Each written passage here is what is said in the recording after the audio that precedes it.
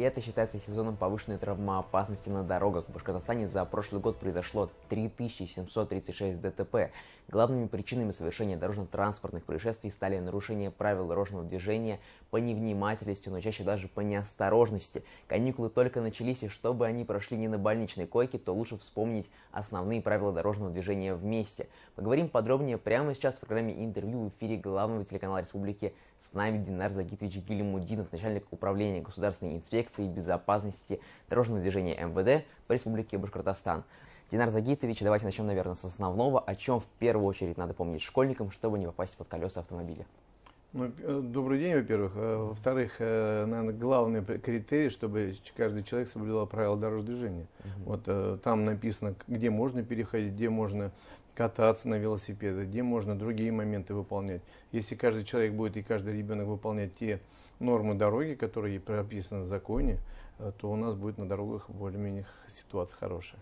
Хорошо, переходя к летнему времени, сейчас, наверное, уже лето, и будет очень востребованы самокаты. Да, вот эти электросамокаты, которые там сейчас, наверное, каждый, даже я попробовал уже на них покататься, и это очень крутая тема, но, по сути, ведь любой человек, совершенно любой там психического состояния, любого возраста может получить доступ к транспорту, который может разгнаться до 25 км в час.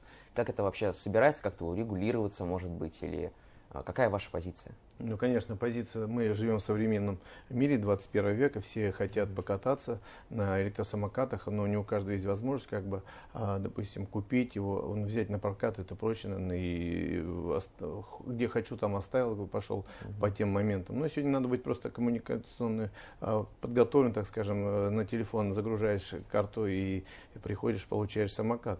Это очень современно, хорошо. Но законы дороги, если мы все будем соблюдать, по крайней мере, хотя бы те моменты, где можно кататься, где можно передвигаться. Наше требование одно уж, ограничить там скоростной режим, уменьшить именно скоростной режим, вот как сегодня сделал город Москва, поэтому и ситуация будет, думаю, более такая благоприятная, если мы не будем быстро ездить и будем ездить только в отведенных местах, не будем выезжать на проезжую часть, это главный критерий, наверное, вот электросамокат, а то у нас все берут в любом состоянии, и каждый человек должен понимать, что если он в состоянии алкогольного опьянения, сотрудники госавтоинспекции его остановят, составят административный протокол, у нас есть мера, так скажем, административное взыскание от 1000 до 1500 рублей штраф. Понятно, что это не может не те деньги, но, по крайней мере, что уже закон есть, правила дорожного движения можно ограничить за нарушение правил проезда на самокатах, Я думаю, мы более внимательно относимся к этому сейчас моменту и будем блюдить за этим состоянием, которое катается на Вот вы только что упомянули о том, что не стоит все-таки кататься на электросамокатах, на велосипедах, на проезжей части. Это действительно так, я с этим согласен, но при этом во всяких там группах, социальных сетях жители по-настоящему бунтуют о том, что там наезжают электросамокатеры на обычных людей, потому что не везде есть велодорожки, не везде есть вот эти места, по которым можно кататься. То есть где мне, велосипедисту обычному, кататься все-таки? На проезжей части, может быть, на пешеходной, где все-таки, если не везде есть велосипедные дорожки? Во-первых, мы должны опять-таки выполнять правила дорожного движения. Отведенные места кто может кататься на велосипедах, где кататься может, вот эти моменты есть. Но понятно, что по крайней мере за один день это невозможно сделать, но сегодня муниципалитет города, допустим, больших городов, Стерлитамака, Октябрьска, Нефтекамска, вот эти вопросы решаются поэтапно. Поэтому специально отведенные места, понятно, что если даже есть пешеходные велосипедные дорожки, там пешеходные, велосипедные, всегда эта грань будет. Велосипедист хочет, чтобы он был всегда в приоритете, пешеход всегда должен быть он в приоритете. Поэтому надо специально отведенные места делать и коммуникационно идти вперед, так скажем. Поэтому будем решать, будем делать, и государство очень много делает для этого, для того, чтобы было комфортно и тем, и другим участникам дорожного движения. А вот вы сами катаетесь на самокатах, на велосипедах, и если катаетесь, то где вы катаетесь? На велодорожках или? Я катаюсь на электросамокате в городе, пару раз прокатился, по крайней мере, мне тоже интересно, но я в специальных местах, где у нас есть дорожки, прокатился, и все. На велосипедах я в основном катаюсь за городом, потому что не получается мне жить и кататься на велосипедах, на самокатах. Может, тоже мне хочется, но по времени пока не получается. А какие у вас, не знаю, ощущения от этого новшества электросамокатов? Ну, у меня электросамокат свой личный есть, как бы, да, я его грузил и катался, как бы, да. Ну, по крайней мере, времени нет покататься, но хочется покататься, вот это хочу сказать. Понятно. А вот вы себя сами как комфортнее чувствуете в качестве водителя машины, в качестве, может быть, велосипедиста или в качестве пешехода? Значит, я вот сегодня чувствую везде одинаково, в принципе, да, и водителем комфортно чувствую, и пешеходом, и вот катаясь на вот самокате или там электросамокате или на велосипеде, как бы везде. Но, в принципе, у каждого человека есть свои права, у каждого человека есть свои, так скажем, интересы, и каждый, наверное, выбирает, как ему комфортно, так и это. Но в основном мы вот передвигаемся больше на машинах, вот честно скажу, потому что вы сами знаете, времени не хватает, чтобы, допустим, больше там кататься на велосипеде или другим моментом. Ну, по крайней мере, то, что мы делаем для себя, где быстрее и комфортнее, но вот из этого, наверное, выбирает человек каждый сам.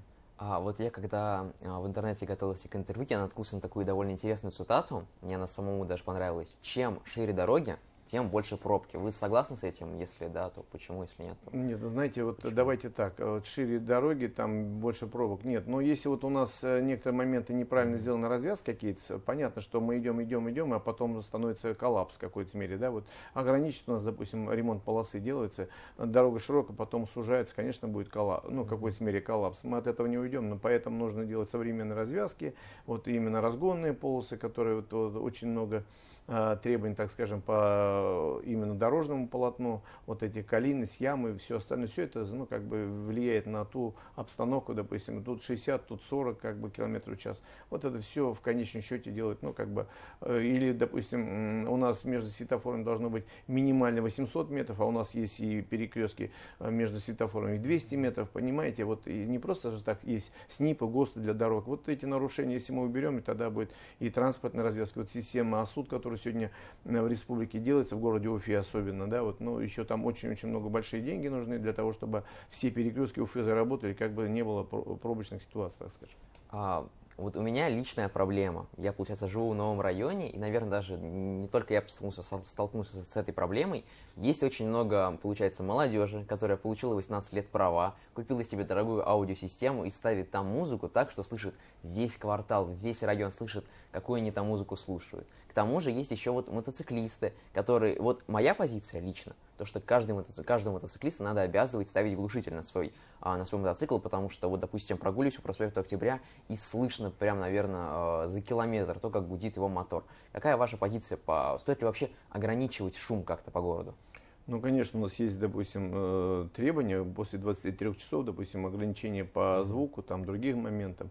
Но вот при проведении технического осмотра, как бы транспортное средство проходит техосмотр, и как бы вот эти моменты, вот именно шумность, там, загазованность, другие моменты, они как бы отрабатывают. Но люди потом снимают, но инспектор же не может там подойти, там, сказать, вот это, вы, я, говорит, техосмотр прошел в таком смысле. Как бы вроде и есть, как бы, понимание, но есть и вот такой нюанс, который, ну, не проработка, наверное, какой-то системы, но мы, по крайней мере, если будем брать приборы, мы можем работать. Ну, понимаете, столько тогда транспортных средств надо будет проверить, ну, это практически невозможно. Но, по крайней мере, что там делают наши сотрудники, мои замечания, как бы, вот этим административные материалы все равно составляются по городу. Ну, не так много, но они есть.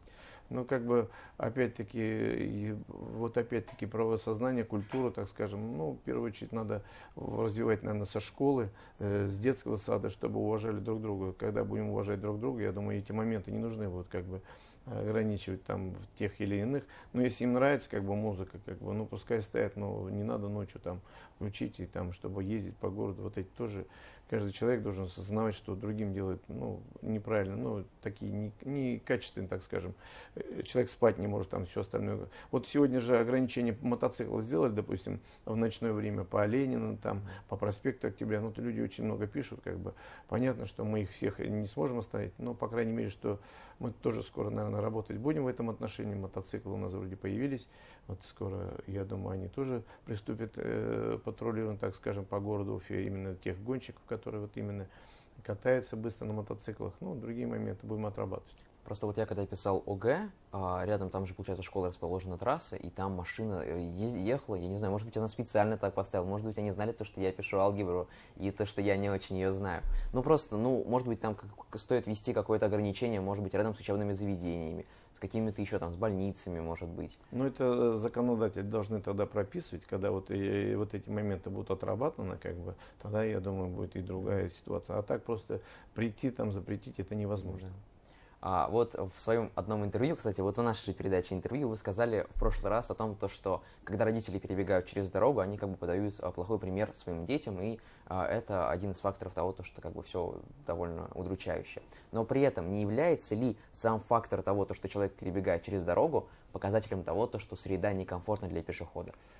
Понимаете, давайте вот разберем случай. Вот ребенок всегда как бы, он как губку, ну так скажем, берет моменты родителей. Это вот мы будем говорить в обществе, там, в школе говорить, а он все равно в первую очередь послушает своих родителей. Если каждый родитель будет напоминать, что не надо там перебегать и сам пример показывать не будет. Но, во-вторых, вот давайте комфортная среда. В городе в республике очень много делается для того, чтобы пешеходы были, ну, как бы комфортно, вот эти подземные, надземные пешеходные переходы. Вот есть у нас вот эти моменты, да, вот на Оренбургском тракте даже, да, вот надземные пешеходные переходы построили. Нет, люди перебегают, перепрыгивают через парапеты, так скажем, да. Есть пешеходный переход, как бы, ну, туда не идут. Ну, просто здоровые люди, как бы, просто не хотят. Или, допустим, бульвар Славы, ну, там все вот удобства для любых пешеходов, так скажем, есть. Нет, люди стараются перебежать улицу на проспекте Октября, попадают под колеса, как бы. Вот давайте, ну, правосознание менять будем, да.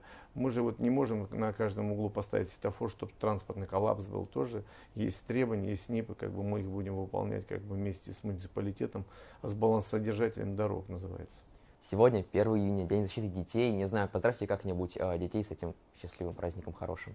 Уважаемые ребята, я вас поздравляю с вашим праздником. Мы, взрослые, всегда гордимся, что вы для нас много делаете, что вы стремитесь нашу страну сделать великой, что у вас много идей, которые мы, взрослые, слушаем, вас прислушиваемся и будем делать для того, чтобы вам всегда было комфортно жить и комфортно учиться. Вот сегодня у вас начались каникулы, я хочу, чтобы каникулы были для вас безопасны, а родители ваши всегда гордились вашими успехами. А мы будем только гордиться вашими успехами, что вы будете делать для нас, для взрослых. Беречь себя и ценить свою жизнь. Ну, Руслан, раз такой праздник, я вот хочу тебе благодарность такую вручить на память, чтобы ты помнил, что наше интервью, чтобы у тебя все в жизни было хорошо. Договорились? Спасибо. И вот тебе небольшой такой сувенирчик, там ручка и там календарик от госавтоинспекции. Спасибо. На память. Спасибо. Спасибо, Динар Загитович, за то, что пришли к нам на интервью. Сегодня гостем программы интервью был Динар Загитович Гильмудинов, начальник управления Государственной инспекции безопасности дорожного движения МВД по Республике Башкортостан. Не переключайтесь, телемарафон «Дети могут все» продолжается на главном телеканале Республики. Оставайтесь с нами.